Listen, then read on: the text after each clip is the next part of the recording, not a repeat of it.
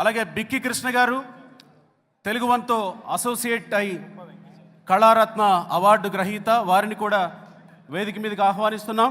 చంద్రబాబు నాయుడు గారి చేతుల మీదుగా వారికి శాలువతో సత్కరించవలసిందిగా కోరుతున్నాం.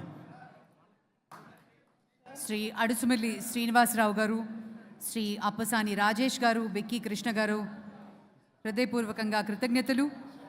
మరియు తెలుగు వన్ రజతోత్సవ వేడుకకి సపోర్ట్ చేసినటువంటి Marwadi university Shri Mahendra Naidu garu, assistant vice president, వారికి కృతజ్ఞతలు తెలియజేసుకుంటున్నాం.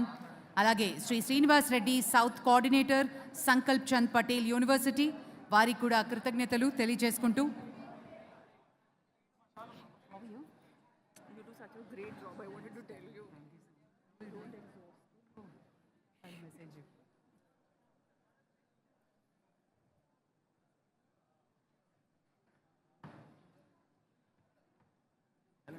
అలాగే అంకమ్మ చౌదరి గారు, వారిని కూడా శాలువతో సత్కరించవలసిందిగా కోరుతున్నాం.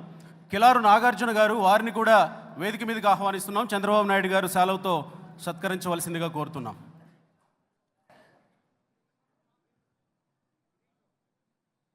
శ్రీ బాలకోటయ్య గారికి కూడా స్వాగతం పలుకుతూ వేదిక మీదకి రావాల్సిందిగా మనవి చేస్తున్నాం.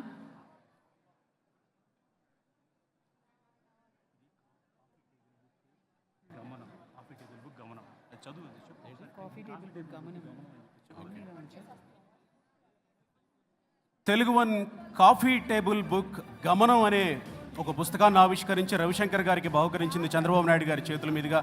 చాలా సంతోషం సార్. మీ అమూల్యమైన సమయాన్ని కేటాయించి ముఖ్యమంత్రి శ్రీ నారా చంద్రబాబు నాయుడు గారికి, దయచేసి చంద్రబాబు నాయుడు గారు మినహా మిగతా అతిథులందరినీ వేదిక మీద ఉండవలసిందిగా సవినయ మనవి. మిగతా కార్యక్రమం చాలా ఉంది. స్ఫూర్తి పురస్కార గ్రహీతలు మన ముందున్నారు, వారిని సత్కరించుకోవాల్సిన అవసరం ఉంది.